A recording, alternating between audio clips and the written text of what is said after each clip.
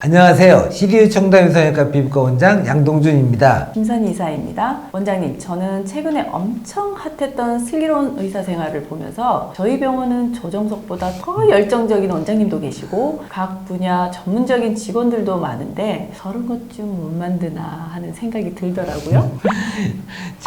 제가 슬기로운 의사생활의 조정석은 아니지만 여러분들이 많이 궁금해하시고 질문도 많이 하시는 슬기로운 보톡스 생활을 위한 가이드를 준비해 보았습니다. 빨간 비디오 창에 보톡스라고 검색을 하면 자동 완성 단어로 꼭 뜨는 것이 보톡스 부작용, 보톡스 내성인 만큼 많은 분들이 보톡스에 대해서 관심과 우려가 많으실 것 같습니다. 그래서 오늘은 주제대로 슬기로운 보톡스 생활을 위해 보톡스에 대한 모든 부작용 그리고 내성까지 싹 알려드리겠습니다. 원장님, 보톡스 부작용에는 어떤 것들이 있나요? 보톡스 부작용은 아주 다양한데요. 여러분들이 많이 맞으시는 부위에 따라 제가 좀 나눠서 설명을 해드리겠습니다. 첫 번째로 요즘 가장 핫하고 많이 하시는 턱 보톡스도 말씀드릴게요. 턱 보톡스를 맞았을 때 생기는 가장 대표적이고 큰 부작용은 바로 볼 꺼짐입니다. 사각 얼굴을 계란형으로 보이게 하고 싶어서 보톡스를 맞았는데 볼이 푹 패이거나 꺼지게 되는 경우죠. 이러한 현상은 주로 옆광대가 튀어나오신 분들, 또 옆 볼 부위가 푹 들어가신 분들에게서 나타나는 부작용인데요. 턱 근육은 단순히 사각뼈에만 있는 게 아니라 광대뼈까지 연결된 3개의 층으로 구성되어 있는데 이 보톡스를 광대 근처까지 높이 맞았을 때 발생하기 쉽기 때문에 전에 턱 보톡스를 맞고 볼 꺼짐 현상이 있었다면 최대한 턱뼈 근처로 이 아래쪽으로 보톡스를 맞는다면 이 현상을 어느 정도 줄일 수 있습니다. 턱 보톡스를 맞아서 나타날 수 있는 이 두 번째 부작용은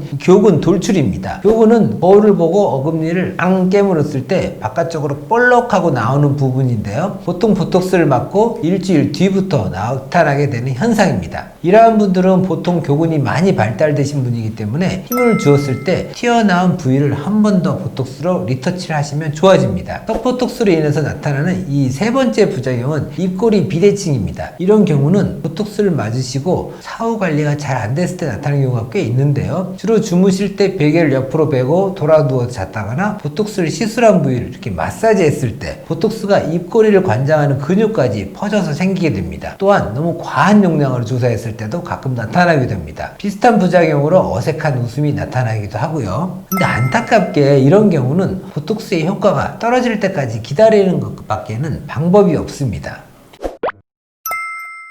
보톡스는 이 턱 외에도 다른 부위에도 많이 시술을 하잖아요. 특히 이제 이마 보톡스 맞으신 분들이 엄청 많은데요. 이마 보톡스도 안타깝지만 부작용이 있습니다. 제 주변에서도 주름 방지를 위해 이마 보톡스를 맞는 분들이 많이 계시는데요. 효과는 정말 너무 좋지만 시술 후 눈이 무겁다, 눈뜨기 힘들다라고 말씀하시는 분들이 간혹 계시더라고요. 이것 또한 부작용인가요?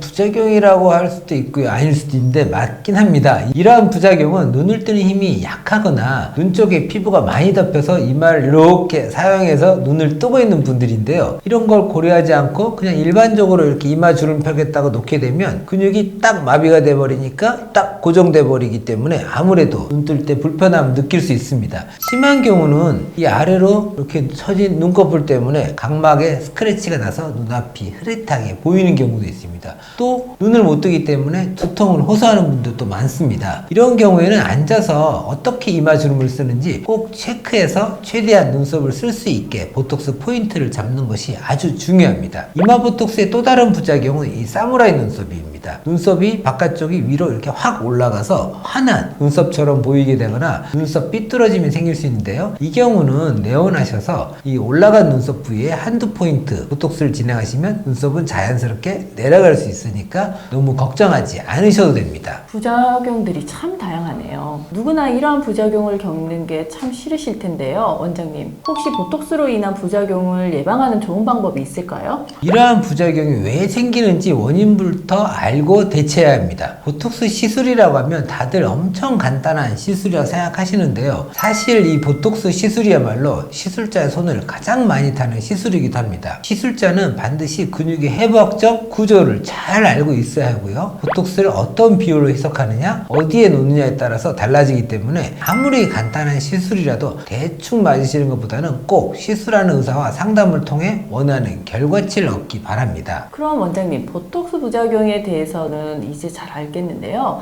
많은 분들이 걱정하는 또 한 가지 보톡스 내성입니다. 이건 왜 생기는 건가요? 보톡스 내성은 보톡스의 성분인 보툴리늄 톡신의 독소가 근육세포에 붙어서 이것을 마비시켜야 하는데 중간에 이것을 막아내는 항체가 생성되어서 생기는 겁니다. 이러한 이유로 생기는 보톡스의 내성은 크게 이제 두 가지로 볼 수 있는데요. 첫 번째가 처음부터 효과가 없는 원발성 내성. 처음부터 효과가 없는 분들은 보톡스를 1유니트를 맞든 100을 맞든 전혀 효과가 없습니다. 이런 분들은 보톡스 대신 필러나 다른 제제를 선택하거나 또는 다른 제품의 보톡스를 맞아서 효과가 있는지를 선택해 봐야 됩니다. 이 두 번째는 점점 효과가 떨어지는 속발성 내성인데요. 효과가 이게 점점 약해지는 분들은 보툴리늄 톡신 자체에 대한 내성이 아니고 이 물질을 둘러싸고 있는 보톡스의 포장재, 복합 단백질에 항체가 생긴 분들이 많습니다. 이런 내성이 생기게 되는 원인은 또 세 가지 정도로 볼 수 있는데요. 첫 번째는 너무너무 자주 시술했을 때, 두 번째 너무 고용량 맞았을 때, 세 번째 보톡스에 들어있는 보툴리늄 톡신의 습도가 낮을 때 등이 있습니다. 반대로 생각하면 이 적당한 기간을 두고 적당한 양을 좋은 보톡스를 써서 맞는다면 내성을 전혀 신경 쓰실 필요가 없다는 거죠. 예를 들어서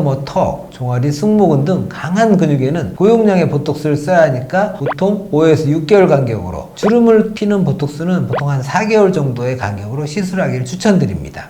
오늘 보톡스에 대한 부작용부터 내성까지 많은 이야기를 나눠봤습니다. 보톡스는 어느 부위든 안전하게 사용할 수 있는 물질이지만 우리 얼굴은 근육으로만 이루어져 있지 않기 때문에 더 좋은 효과를 보시고 싶으시다면 필러나 레이저 리프팅 같은 것을 함께 하시길 추천드립니다. 지금까지 CDU 청담유 성형외과 피부과 원장 양동준, 김선희 이사였습니다. 이 영상이 도움이 되셨다면 좋아요, 구독 꾹 눌러주세요.